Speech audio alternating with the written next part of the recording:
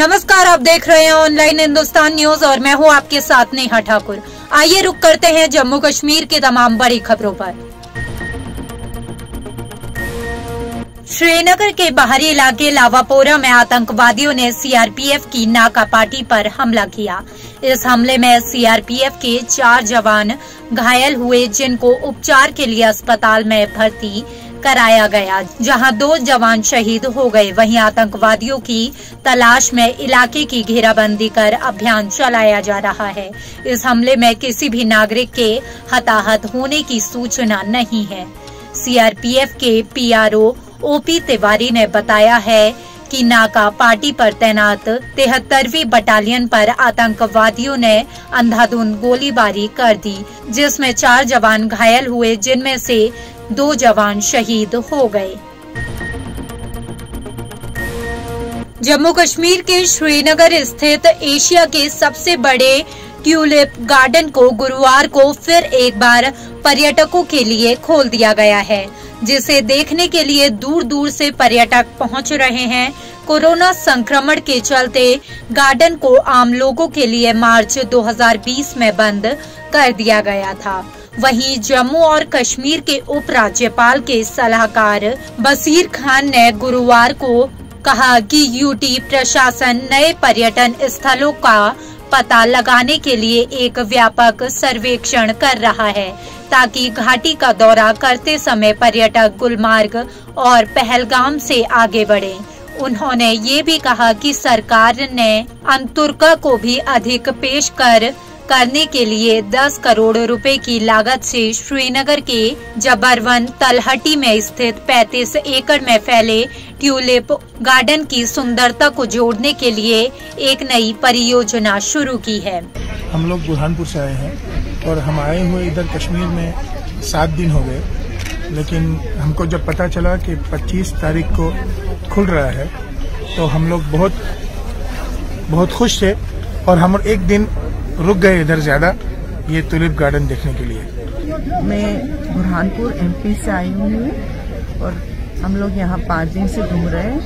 बहुत अच्छा लगा। शुरू में मुझे थोड़ा टेंशन था कि पता नहीं वहाँ पे कैसे हालात होगी, क्या होगा कोविड की वजह से, और दूसरा यहाँ के थोड़ा 370 वगैरह की वजह से थोड़ा टेंशन जैसा मुझे लग रहा था कि वो लोग हमारा वेलकम करेंगे नहीं, लेकिन ऐसा कुछ नहीं है। हम लोग हमेशा से कहते आए हैं और यहाँ पे सबको अमन चाहिए, सुकून चाहिए। टूरिस्ट आज उनको पता था कि आज से इसकी हम ऑफिशियली ओपनिंग कर रहे हैं, इसको खोल रहे हैं, इसलिए यहाँ पे बेशुमार टूरिस्ट जो है ऑलरेडी आपने देखा इस वक्त यहाँ पे आए हैं। मैं आपको बताऊं कि यहाँ पे आज तो हमने इसको ऑफिशियली ओपन किया है। यहाँ पे 3 तारीख से 3 अप्रैल से यहाँ पे एक बहुत बड़ा फेस्टिवल हो रहा है। एक फेस्टिवल है ट्यूलिप फेस्टिवल, हम जिसको कह रहे हैं। तब तक क्योंकि ये सारा फुल ब्लूम में होगा, आज तो तकरीबन 25% ये ब्लूम में है, तब तक ये फुल ब्लूम में होगा। और जिसका इनॉग्रेशन जो है हमारे ऑनरेबल एलजी साहब उस दिन 3 तारीख को यहाँ पे करेंगे। और वो न सिर्फ इसके ये टूरिज्म के और फ्लोरिकल्चर के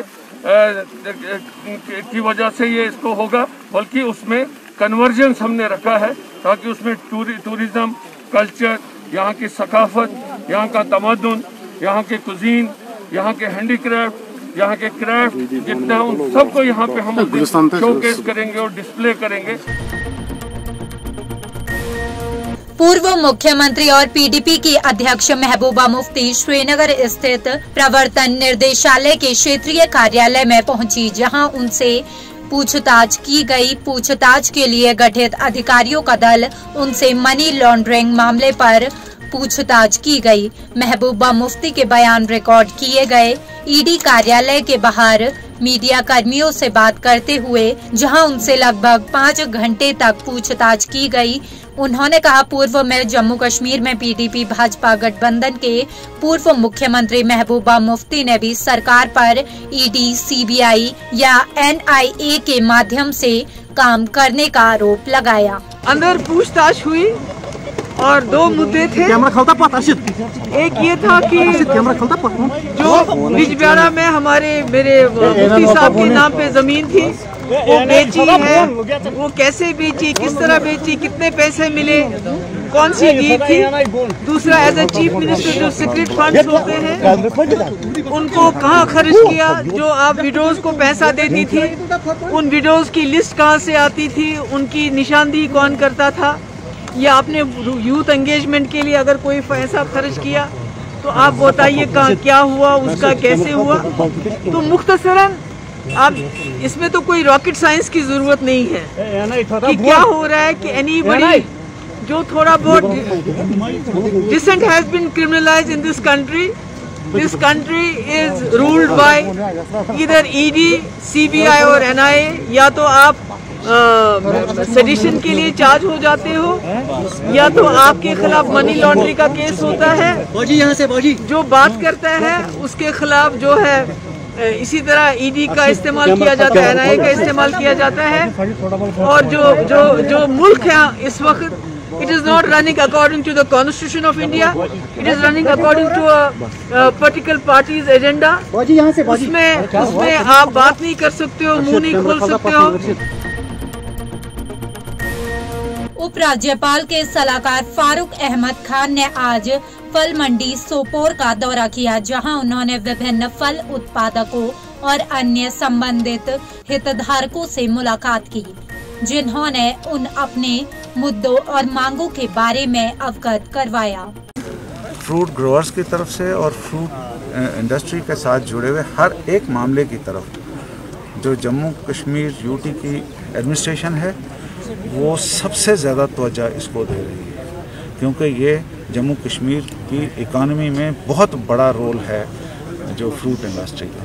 तो इस साल हमने बड़ी सख्ती के साथ पेस्टिसाइड और ये जो है खाद जो है उसकी तरफ, फर्टिलाइजर की तरफ हम तवज्जो दे रहे हैं।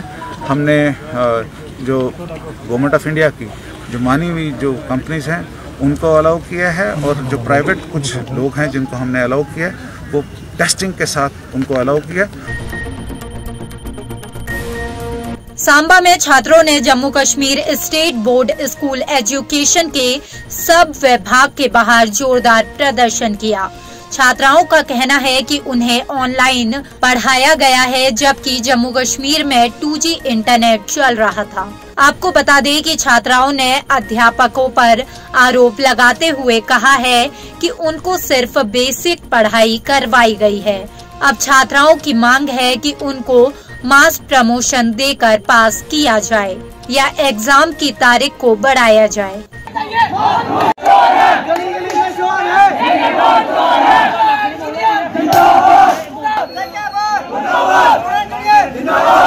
सेकेंडरी का क्या कहते विद्यार्थी हूँ, तो हमारा प्रोजेक्ट ये है, हमें मास्क प्रमोशन चाहिए या फिर हमारी डेट एक्सटेंड कर दी जाए, बस यही है और कुछ नहीं है। और अभी हम ऊपर गए थे, अभी हम ऊपर उन्होंने बोला हमें आप लेटर लिख के दो, और हम रियारी में जम्मू में हम पहुँचाएंगे लेटर और आपको जवाब अभी मिल जाए। मेरा नाम अंकुश अंबियाल, मैं हाई सेकेंडरी का विद्यार्थी हूँ। सर 1 ईयर हमने स्टडी की, ऑनलाइन स्टडी हुई 1 ईयर ऑनलाइन स्टडी में सिर्फ हमने 1 मंथ स्कूल गए और उसमें भी उन्होंने ऑनलाइन क्लासेस ली, ऑनलाइन पे हमारे वो आते थे, क्वेश्चन आते थे, बेसिक कुछ करवाया नहीं सर। ओनली बीच में से क्वेश्चन करवाते हैं सिर्फ, और बोलते हैं कि अभी हम पेपर 27 को हमारे पेपर हैं, 2G इंटरनेट चल रहा है हमारा साथ में। सर अभी 4G हुआ है, 1 मंथ ही हुआ है हमारा 4G होते हैं, और सर हम पेपर क्या देंगे, लिखेंगे क्या पेपर में? प्रमोशन चाहिए सर। कई बच्चों के पास फ़ोन भी नहीं था, गरीब घर से हैं सर, उन्होंने कैसे पढ़ा होगा सर? एक साथ में 2G नेट था, फाइलें भी नहीं ओपन हो रही थी। दूसरा सर हम कैसे, बेसिक कॉन्सेप्ट हमें पता ही नहीं सर, हमें सिर्फ क्वेश्चन कराए हैं। तो ये हमारे फ्यूचर पे डिपेंड है सर, 12th हमारी फ्यूचर पे डिपेंड है सर। ये कैसे सर, कल को किसी बच्चे ने डिप्रेशन में आकर कुछ किया, उसके जवाबदार जेके बोर्ड है। शोपियान जिले में एक बड़ी ट्रैक्टर रैली का आयोजन किया गया। आपको बता दें, जहां पर सैकड़ों रेत निकालने वाले और बाजरी यहां बाटापोरा शोपियान में इकट्ठा हुए, जहां उन्होंने इस कदम के खिलाफ विरोध प्रदर्शन किया, क्योंकि प्रशासन ने नालहा रामबिया आरा में उन्हें काम करने से रोक दिया है।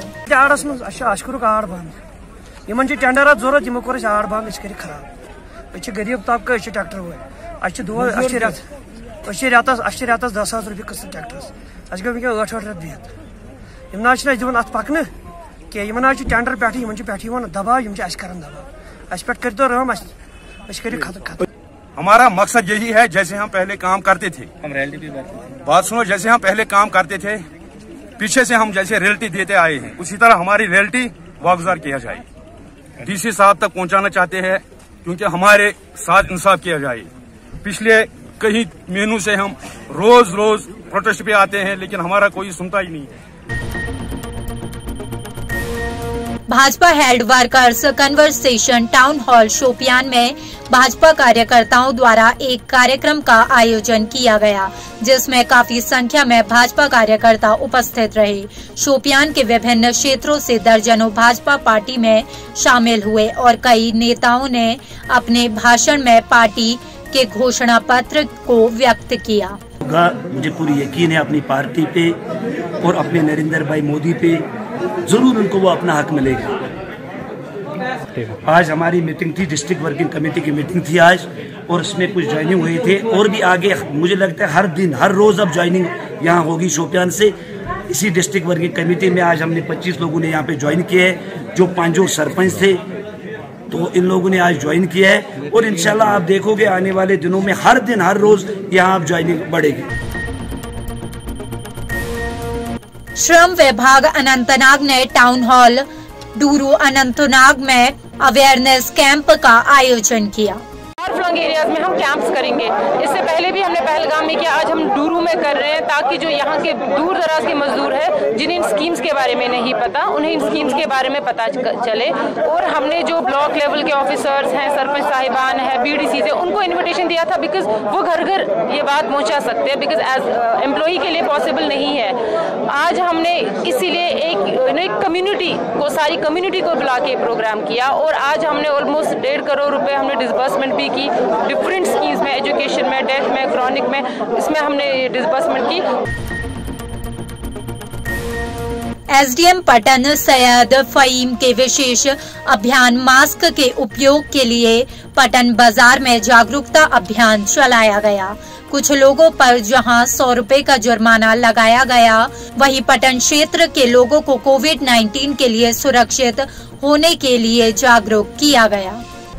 देखिए, जो हमारे डिप्टी कमिश्नर साहब ने जो इम्प्लीमेंटेशन ऑफ द जो है यहाँ पे मास्क वगैरह का उन्होंने ऑर्डर किया, उसी के कंप्लाइंस में आज हम लोग ने यहाँ पे टीम्स तश्कील की है, नायब तहसीलदार की क़यादत में, तहसीलदार साहिबान की क़यादत में, और मैं खुद यहाँ पे पटन टाउन में यहाँ पे निकला along with the municipality and the police station Patan.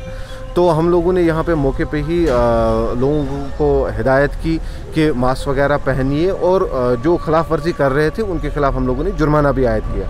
लेकिन ये जुर्माना ये नहीं है कि हम लोग उनको कुछ सज़ा वगैरह दे रहे हैं, बट उनको ये याद दहानी करें कि मेहरबानी करके जो मास्क हैं, सोशल डिस्टेंसिंग नॉर्म्स हैं, वो प्लीज़ फॉलो करें, ताकि आप अपने और अपने लोगों को सबको सेव कर पाए यहाँ पे इस मोहल्लिक बीमारी से। गवर्नमेंट डिग्री कॉलेज नौशहरा में एक दिन का काउंसलिंग सेशन का आयोजन किया गया, जिसमें छात्रों और अध्यापकों के बीच में प्रश्न उत्तर किए गए, कि जिसमें उन्हें आने वाले भविष्य के बारे में महत्वपूर्ण जानकारियां दी गई और किस प्रकार वो अपना उज्जवल भविष्य बना सकते हैं। इसमें मुख्य अतिथि के रूप में additional deputy commissioner Nowshera Sukhdev Singh Sambyal रहे, जिन्होंने बच्चों को अनेक प्रकार की जानकारी दी। वहीं इस मौके पर उनके साथ अन्य अधिकारी भी मौजूद रहे। उपायुक्त अनंतनाग पीयूष सिंगला ने आज यात्रा transit camp, FCI godown, Mir बाजार और अखरोट फैक्ट्री काजीगुंड का व्यापक दौरा किया और आगामी अमरनाथ यात्रा के लिए व्यवस्थाओं और सुविधाओं का व्यापक निरीक्षण किया।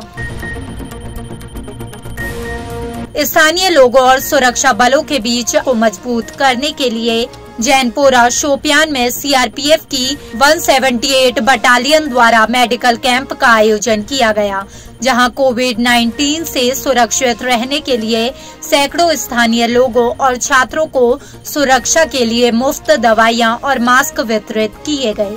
जैनापुरा जो जहां हॉस्पिटल है और गेस्ट हाउस के अंदर CRPF 178 बटालियन की ओर से एक medical camp civic action programme 2021 के तहत लगाया गया है, जिसमें हम जहां पर हमारे डॉक्टर्स और लोकल डॉक्टर जो है उनके द्वारा जितने भी यहाँ के लोग हैं उनको फ्री में मेडिसिन डिस्ट्रीब्यूट किया जाएगा। सैनिटाइजर जो किट है वो फ्री में डिस्ट्रीब्यूट किया जाएगा, साथ में मास्क दिए जाएंगे और जो गरीब लोग हैं उनको फ्री में मेडिसिन भी दिया जाएगा।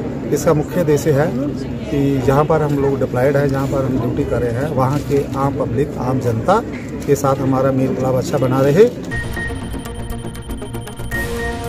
बाबर बदरुद्दीन साहब आर्य का वार्षिक उर्स मुबारक धार्मिक उत्सव के साथ कंगन गांदरबल में मनाया गया।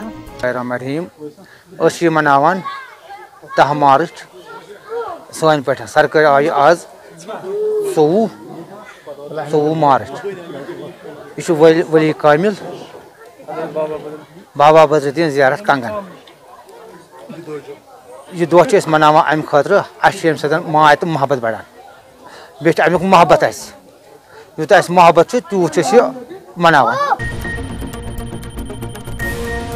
3 दिन का प्रशिक्षण कार्यक्रम बिना किसी लागत के शिक्षक सहायक सामग्री और रिकॉर्ड अनुरक्षण DIET पुंछ पर जारी है। प्रशिक्षण प्राचार्य DIET पुंछ जनाब की देखरेख में चल रहा है।